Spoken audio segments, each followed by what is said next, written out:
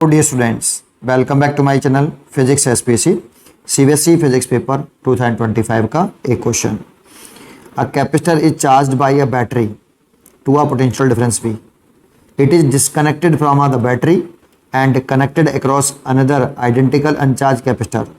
Calculate the ratio of total energy stored in the combination to initial energy stored in the capacitor.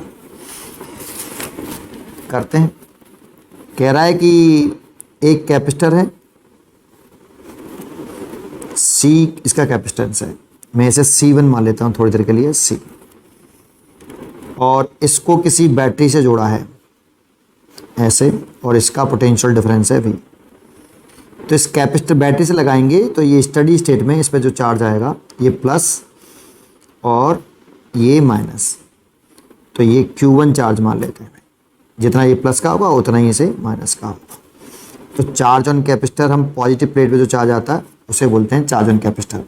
तो charge on capacitor आपका जो आया Q1 is equal to कितना हुआ C1 into we, और C1 दे रखा है C, तो CV.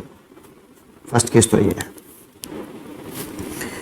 सेकेंड केस में कहा है अब इसमें इफ इट इज डिस्कनेक्टेड, लिख देता हूँ, बोला है तो फ्रॉम द बैटरी, चार्ज कर लिया और बैटरी से डिस्कनेक्ट कर दिया.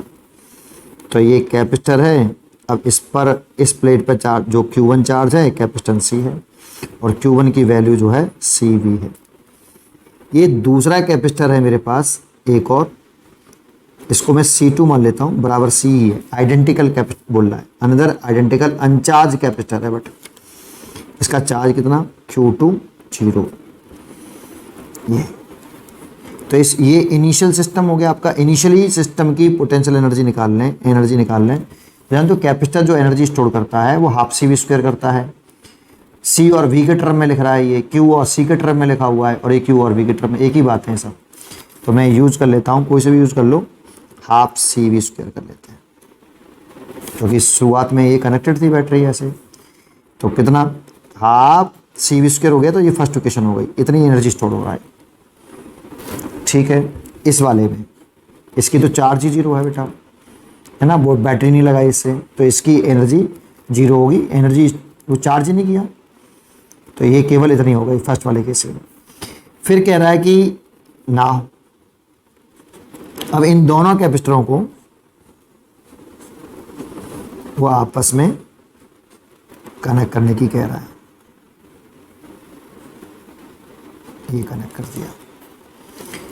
जैसे कनेक्ट करेंगे तो चार्ज हायर पोटेंशियल से लोअर पोटेंशियल की तरफ फ्लो करता है. तो मान लो इसमें से चार्ज Q0 गया, तो इसका चार्ज चेंज हो गया होगा, Q1 डैश मान लेता हूँ, इसका Q2 डैश. कैपेसिटेंस तो सेम ही रहेगा C और C, लेकिन ये चार्ज कब तक फ्लो करेगा?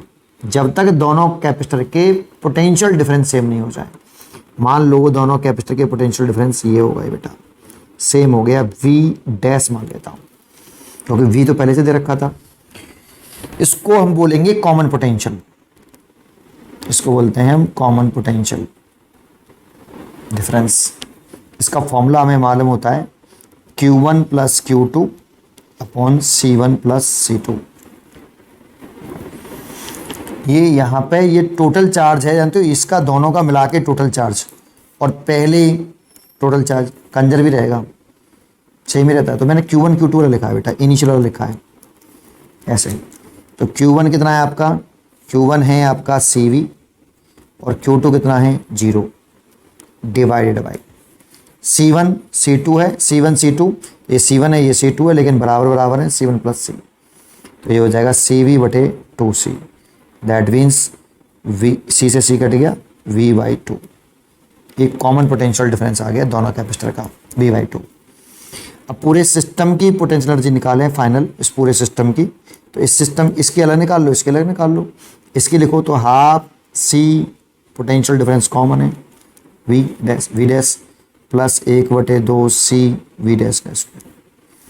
अब देखो ये दोनों सेम हैं, इसीलिए CV डैश का स्क्वायर हो जाएगा, और V डैश की वैल्यू कितनी है V/2, तो CV²/4 हो जाएगी. ये पोटेंशियल एनर्जी हो गई फाइनल, है ना. अच्छा, अब पूछा क्या उसने, रेशियो पूछा है, तो रेशियो लिखें u final upon u initial. पहले कॉम्बिनेशन की कह रहा है, फिर बाद में इनिशियल की कह रहा है। तो ये हो गया CV/4 और ये दे रखा है 1/2 CV स्क्वायर। CV स्क्वायर से CV स्क्वायर कट गया, 2 सबसे ऊपर जाएगा तो 2/4, तो ये 1:2 हो जाएगा। ये सिस्टम की हो गई पूरे की, है ना। और ये केवल शुरुआत वाली एक की थी, तो ये 1:2 इसका आंसर होगा। इस क्वेश्चन को हम एक तरीके से और कर सकते हैं, जैसे मैंने यहाँ पर फॉर्मूला लगाया। अब बहुत से बच्चों को तो फॉर्मूला ही याद नहीं होता है, ये वाला कॉमन पोटेंशियल का। तो एक अलग तरीके से भी कर सकते हैं इस क्वेश्चन को। मैं उसकी एक वीडियो बनाऊंगा, आप चाहो तो उस वीडियो को भी आप देख सकते हैं।